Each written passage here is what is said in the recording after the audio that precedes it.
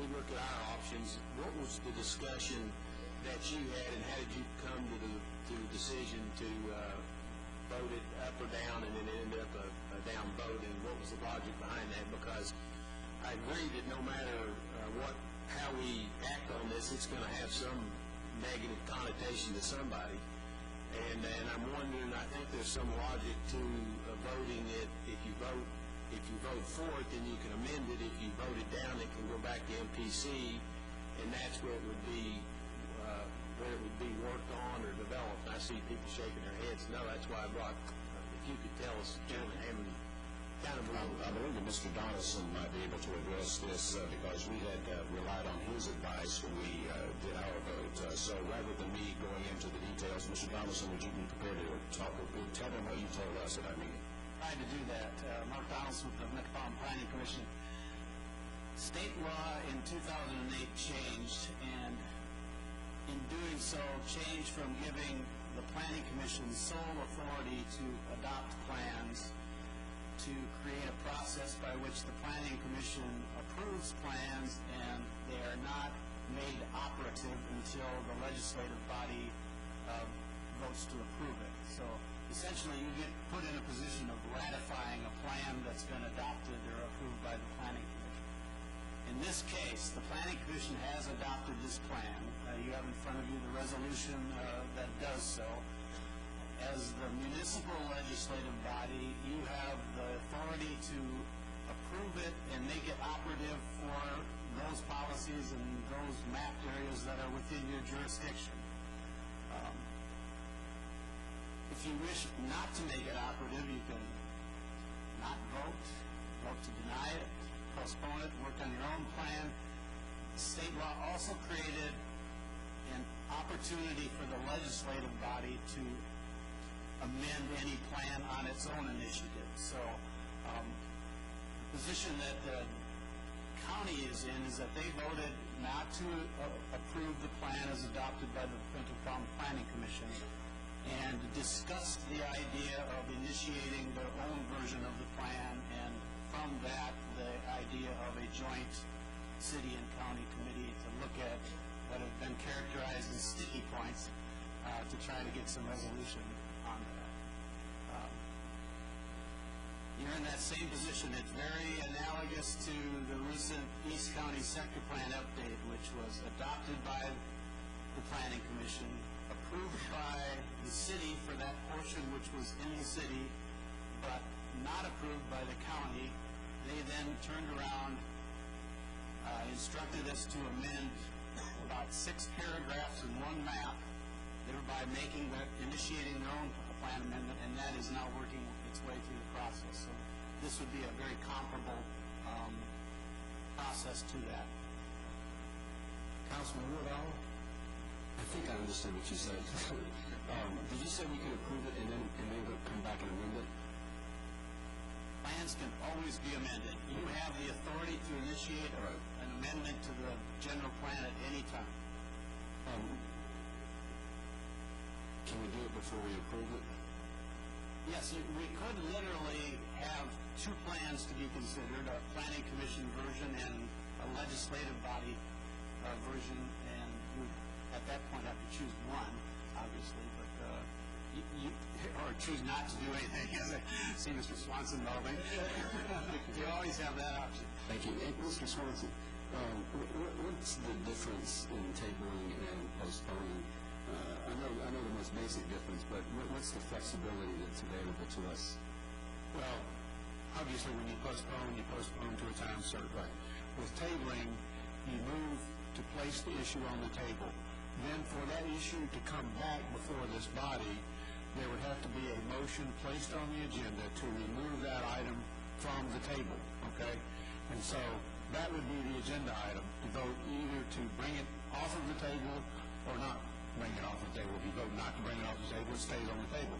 If you vote to bring it off the table, then on the next agenda, then the item will appear again. So it's a little more complex procedurally to bring back an item that's been placed on the table, whereas something that's been postponed just comes back automatically based upon the term of the postponement. Okay, thank you. Chairman Norman, are you still out there? May I ask you a question? I'm not chairman, but that's okay. Co-chair? No, you're talking about the other side.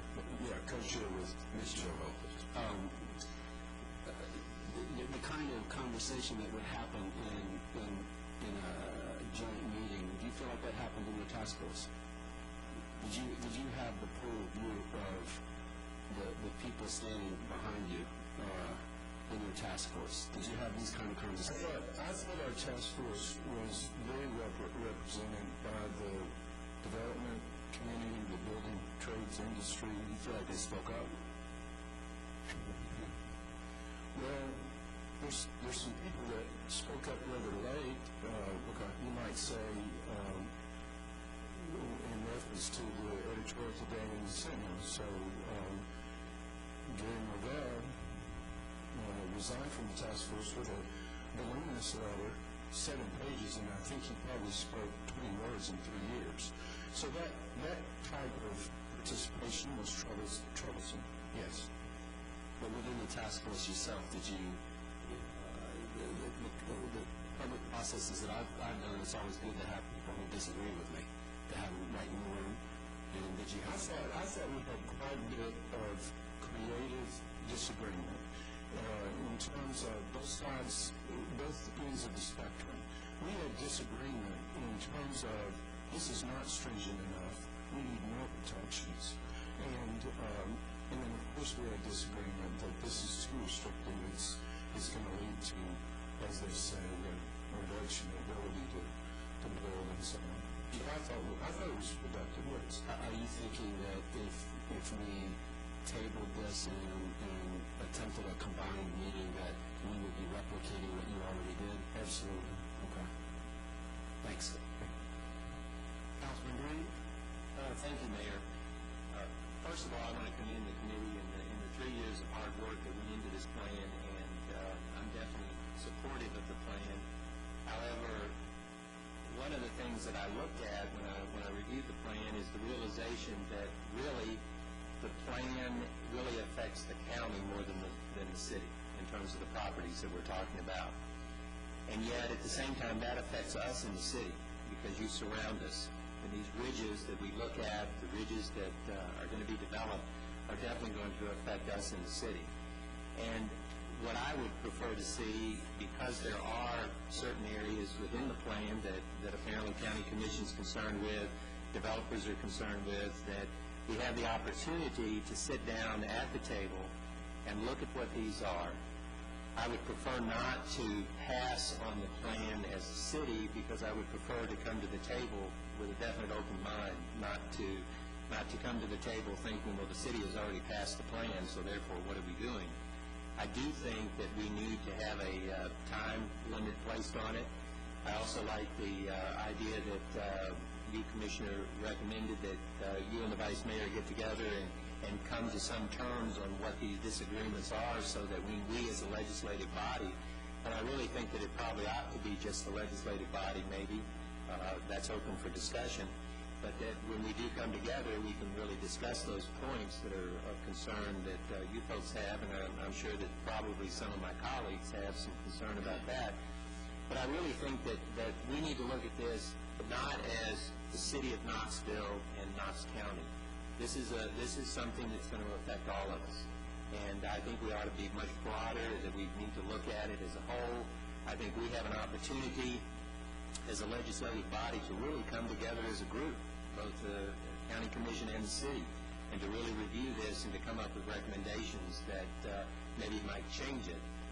I'm interested again in terms of what Mr. Donaldson said, that we really, is this correct, Mr. Donaldson, that if this group got together and came up with some ideas that we could amend the plan and then send it back to you?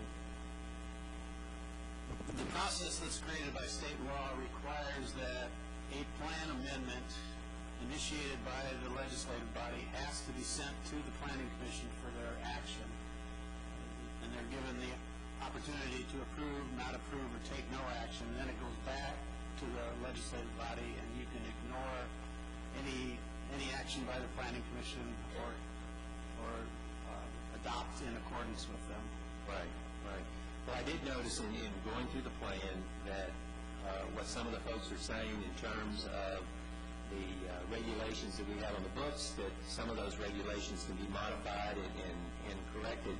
But, you know, I think it's time that we as a community, we as Knox County as well as the city, really take the bold steps and look at what we want the future of our city and our county to look like. And I know we have some very good developers out there that are as concerned about the ridge tops and the hilltops and the slopes as much as any of us are. But again, you know, I know I get criticized for using the word vision all the time, but I really think that we need to consider what it is that we want our area to look like and what we want it to look like 20 years from now, you know, for our children and our grandchildren. And I really think that these are really bold steps that we're taking in this program, and I think that we really ought to look at it seriously. One of the things that I would ask is, to all of you that are here, how many of you have really read this and really looked at what the material is that's in this and what these folks have put together? You know, well, I see some hands back there, that's good. But I think, again, I think we have an opportunity to do something. I would really like to see us postpone this with a date definite, whether it's September 1 or whatever, and would really like to see County Commission and the City Council come together and take a look at this. Thank you. Councilman Thomas?